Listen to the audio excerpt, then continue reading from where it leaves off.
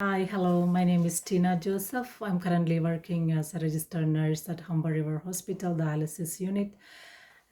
Today, I'm going to present about different types of peritoneal catheters, main advantages and disadvantages, pre and post operative care, the long term care of exit care, and patient body image concerns and fear about PD catheter. So let's start with the different types of peritoneal dialysis catheters. The number one is swan neck catheter with straight intraperitoneal segment. Number two is swan neck Missouri catheter with pre-peritoneal flange and bead and coiled intraperitoneal segment. The third one is Toronto Western Hospital catheter with pre-peritoneal flange and intraperitoneal disc. The fourth one is Moncrief Popwich catheter with wider tunnel angle and longer subcutaneous cuff. The fifth one is double cuff 10 cuff catheter with straight intraperitoneal segment. And the sixth one is double cuff 10 cuff catheter with coiled intraperitoneal segment. Among the six catheters, I chose double cuff 10 cuff catheter with intraperitoneal segment. And this is the picture of this catheter, and it has two Dacron cups. The main rationale for choosing this catheter is it's widely used and it is the prototype for almost all modern catheters. It has a lower incidence of infection and longer lifespan than other single cuff catheters.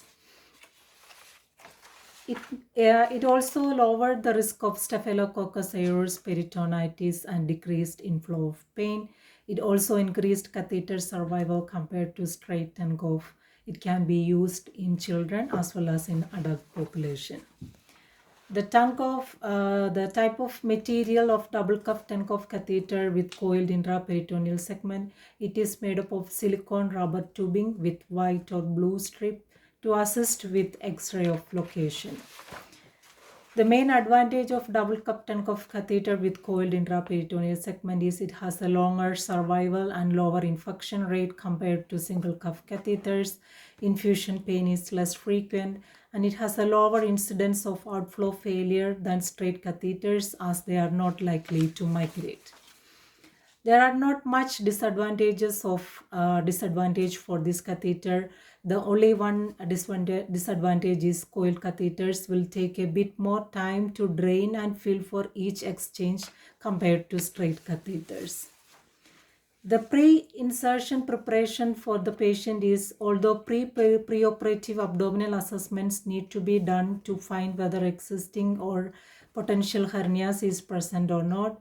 If there is hernia, it should be repaired. The catheter exit site should be determined before the catheter is inserted. The preferred site should be first discussed with the patient to help to promote participation in care and understanding of the therapy. The preoperative care of the patient is patient should take a bath or have a shower on the morning before the procedure. Abdominal hair should be removed. A powerful laxative such as Picolax is given in the day before catheter insertion to prevent from constipation, which helps to avoid catheter failure. It is also important that the patient has an empty bladder before the insertion of procedure take place. It is important to screen all patients for Staphylococcus aureus prior to the catheter insertion and treat accordingly.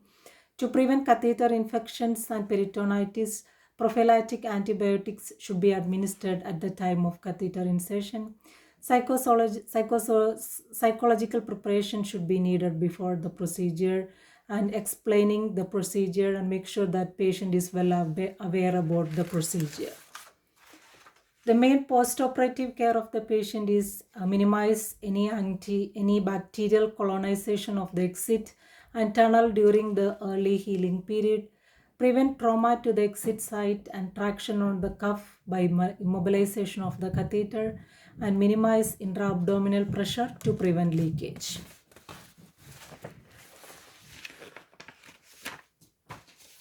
The long-term care of the exit care is good hand washing is the first step of good exit care. Assess the exit site and tunnel before cleaning the exit site. Crust, scabs, and cuticles should not be forcefully removed. Frequent dressing changes during the first 2-3 weeks are not necessary unless dressings are wet. Aseptic techniques using mask, gloves, and sterile supplies is required. A mild, non-irritating agent should be used to clean the exit and surrounding skin. Sterile water or normal saline should be used to rinse the exit site. The exit site should be dried. Mupirocin calcium or another antibiotic should be applied for prophylaxis treatment. An absorbent sterile dressing should be placed over the exit site. The progression of healing should be evaluated and documented at each dressing change. Secure or immobilize the catheter to prevent accident trauma. Main patient body image concerns and fear. The body image concerns are the major challenges that our patient faces. A permanent catheter and weight gain, a permanent catheter on their abdomen, weight gain, skin problems, hair changes may be part of the transition to peritoneal dialysis. Changes in their body can be difficult to handle first, especially when they need to wear a swimsuit or when dressing up for a special event. Although we can't change the fact that kidney failure patients need dialysis, we can alter how they think about the situation. Encourage our patient to talk with their partner, friends, and family about how they feel can also help to ease the stress of peritoneal dialysis and related body image issues. I will always encourage my patient to find an online or local support group to connect with other PD patients who are going through similar experience.